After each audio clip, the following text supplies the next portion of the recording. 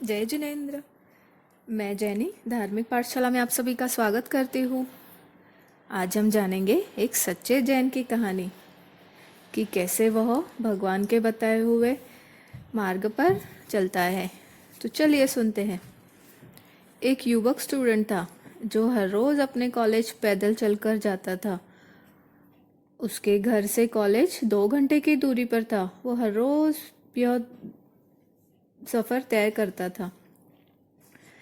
पर वो तो सच्चा जैनी था जो हर रोज़ सुबह उठकर नमस्कार सूत्र बोलता था, सबको प्रणाम करता था, सामायिक करता था, पाठशाला जाता था, कंदमूल का त्याग करता था और वह रात्रि भोजन भी नहीं करता था। एक दिन कॉलेज में एग्ज़ाम शुरू होने के कारण कॉलेज में एक्स्ट्रा क्लासेस 6 दिन के लिए रखे गए। उसको हर रोज़ शाम तक 6 से 8 क्लासेस रहती थी। वह सोचने लगा कि मैं रात्रि भोजन का व्रत का पालन कैसे कर पाऊंगा। तब वह कॉलेज में जाकर अपने प्रिंसिपल से मिला। उसने प्रिंसिपल से आज्ञा मांगने के लिए गया। वह प्रिंसिपल अपने ऑफिस में बैठे थे। उस स्टूडेंट ने प्रिंसिपल से पूछा, मे आई कम इन सर? सर ने कहा, यस प्लीज़ कम। फिर स्टूडेंट ने कहा, सर क्या मैं अपना टिफ़िन और पानी का बॉटल यहाँ आपके ऑफिस में रख सकता हूँ? सर ने पूछा, क्यों? स्टूडेंट ने कहा, सर मैं एक जैनी हूँ, हम रात्रि भोजन नहीं करते हैं और एक्स्ट्रा क्लासेस की वजह से मैं अपने घर पर खाना खाने भी नहीं जा सकता। वो बहुत दूर है। दूर होने की वजह से होते होते रात हो जाएगी, जिस वजह से मेरे व्रत का पालन नहीं हो पाएगा।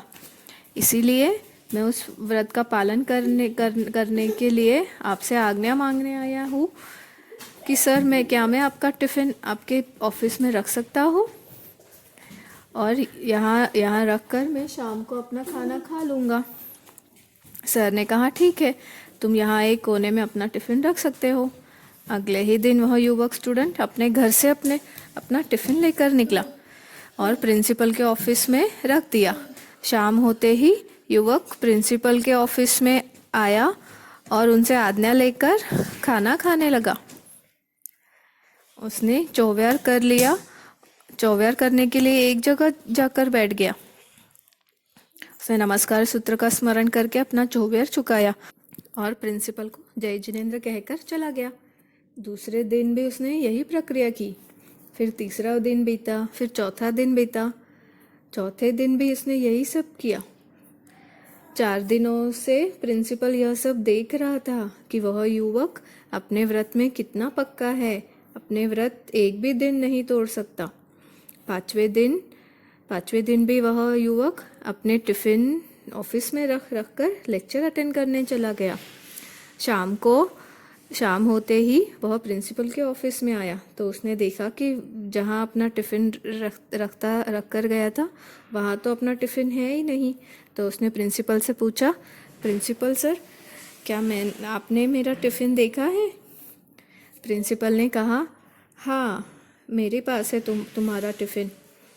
आज तुम मेरे साथ टेबल पर बैठोगे। प्रिंसिपल ने थाली, कटोरी, ग्लास सब मंगा कर रखी थी।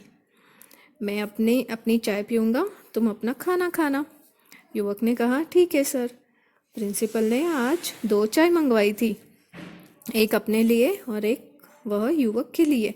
प्रिंसिपल ने कहा, लो चाय पियो, मैं अपनी चाय पी रहा हूँ, मैंने तुम्हारे लिए भी चाय मंगाई है।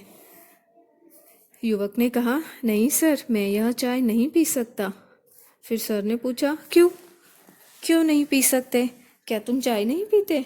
फिर युवक ने कहा, नहीं सर ये बात नहीं है, यह चाय जहाँ से आई है उस चाय वाले ने पानी को छाना है नहीं छाना है, दूध छाना है नहीं छाना है, ये नहीं पता है मुझे, इसीलिए उसने पानी छाना नहीं होगा तो यह चाय मैं नहीं पी सकता।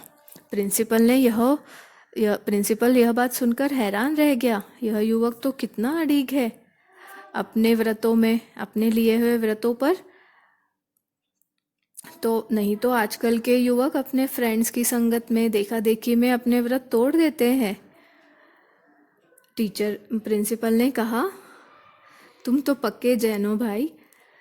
देखा बच्चों, वो युवक कितना कितना सच्चा था, कितना सच्चा जैन था, जो अहिंसा का पालन पालन कितने अच्छे से कर रहा था, जो अनछाना पानी भी नहीं पीता था, जो छाना पानी छाने वाली छोटी सी चीज से भी अपना जैनी धर्म का पालन कर रहा था।